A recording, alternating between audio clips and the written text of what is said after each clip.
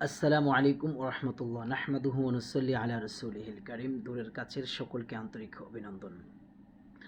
সমস্ত প্রশংসা একমাত্র আল্লাহ সুবহানাহু ওয়া আম্মা নাওয়ালুহু তাআলার দরবারে। লাখো কোটি দুরূদ ও সালাম বিশ্বনবী সাল্লাল্লাহু আলাইহি ওয়াসাল্লামের প্রতি। সাল্লাল্লাহু আলাইহি ওয়াসাল্লাম। আজকের ভিডিওটি হচ্ছে যাদের ছোট্ট বাচ্চা রয়েছে তাদের জন্য।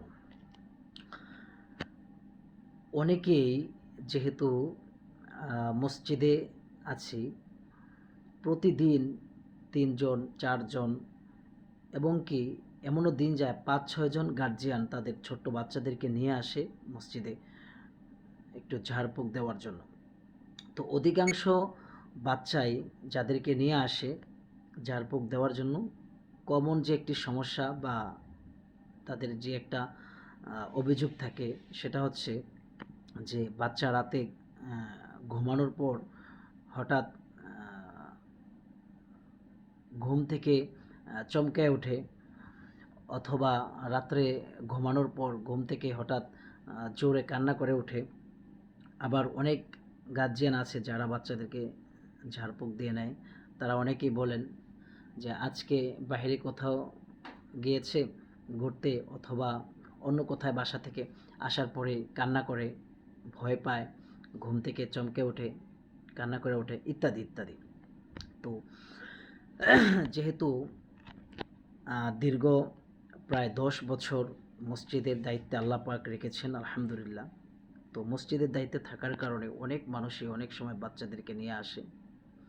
তো এই ১০ বছরের অভিজ্ঞতায় অনেক অনেক অনেক বাচ্চাদেরকে এই পর্যন্ত ঝাড়ফুঁক দেওয়া হয়েছে, আলহামদুলিল্লাহ। সেই অভিজ্ঞতা থেকে আমি বলছি, আমি যতটুকু জানি, আমার যতটুকু আইডিয়া এবং আমি যতটুকু বুঝতে পারছি, এই সমস্যাগুলো হচ্ছে আপনার এই বদজিনের কারণে।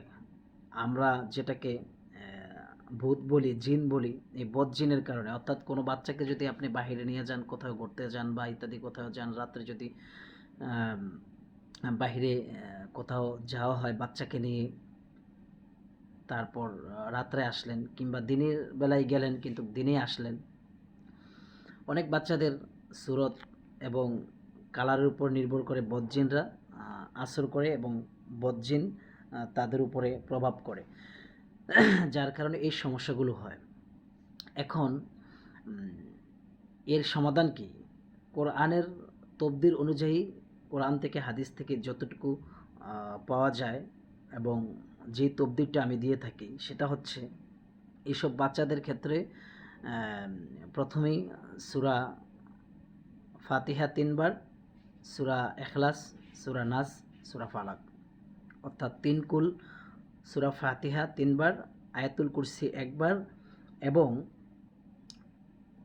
দুরূদ শরীফ, আমরা যে নামাজে দুরূদ শরীফ পড়ি, এই নামাজে দুরূদ শরীফ কয়েকবার পাঠ করে বাচ্চার শরীরে, বিশেষ করে ২ কানে এবং চোখে, মাথায় আর শরীরে ফু দেওয়া দিলে আশা করি আল্লাহ পাকের অশেষ রহমতে, আল্লাহ পাকের পবিত্র কালামের উসিলায় এই সমস্যাটা সেরে যাবে।